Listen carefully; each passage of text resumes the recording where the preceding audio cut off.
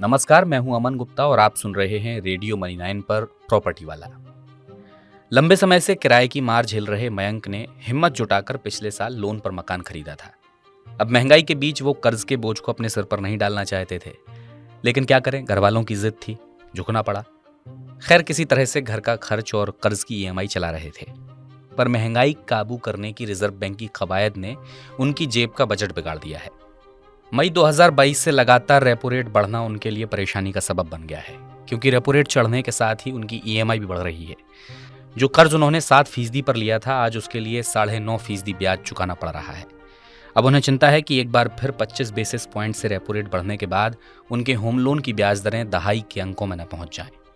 वैसे repo rate बढ़ने से सिर्फ मयंक जैसे घर खरीदार ही परेशान नहीं है, बल्कि महंगे घर कर्ज की खबरें रियल एस्टेट सेक्टर को भी परेशान कर रही हैं। बिल्डिंग मटेरियल के महंगे होने की वजह से मकान बनाने की लागत बढ़ रही है, जिससे मकान खरीदना पहले से भी महंगा हो गया है। प्रॉप टाइगर की एक रिपोर्ट के मुताबिक लागत बढ़ने की वजह से साल 2022 में देश के शीर्ष 8 शहरों में मकान की कीमतें औसतन 7% तक बढ़ी हैं। गुरुग्राम में सबसे ज्यादा 13% तक मकानों के दाम बढ़ गए हैं। यहाँ पर रेट 7,000 से लेकर 7,200 रुपए प्रति वर्ग मीटर के बीच चल रहा है। दूसरे नंबर पर बेंगलुरु है, जहां मकान की कीमतों में 9% का इजाफा हुआ है।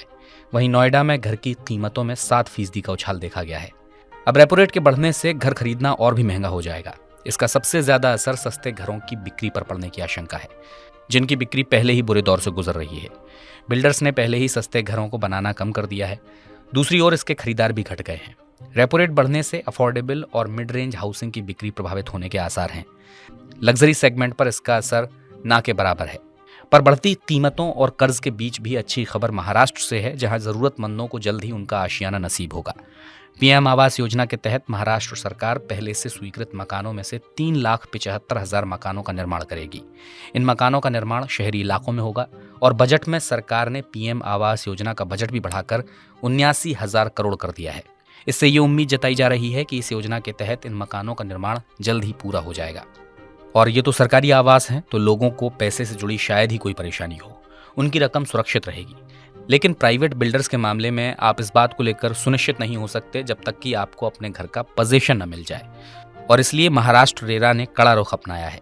इससे फ्लैट बायर्स को फंसा पैसा जल्द मिलने लगेगा। रेरा के पास समय पर फ्लैट नहीं देने वाले बिल्डर्स को घर खरीदारों को पैसे वापस करने का आदेश देने का अधिकार है। महाराष्ट्र रेरा ने बताया कि डेवलपर्स से 101 करोड़ रुपए की वसूली की गई है। जिन प्रोजेक्ट्स ने पैसों का भुगतान किया है वे मुंबई शहर, मुंबई उपनगर, पुणे और रायगढ़ में स्थित हैं। अब ये पैसे घर खरीदारों को लौटाए जाएंगे। तो फिलहाल प्रॉपर्टी वाला में बस इतना ही। इस बुलेटिन को प्रोड्यूस किया है आंचल चौधरी ने। मैं हूं अमन गुप्ता। आप स्पेशल और एक्सक्लूसिव शोज सुनने देखने के लिए मनी 9 का मोबाइल ऐप जरूर डाउनलोड कर लीजिए। फिर होगी मुलाकात। नमस्कार।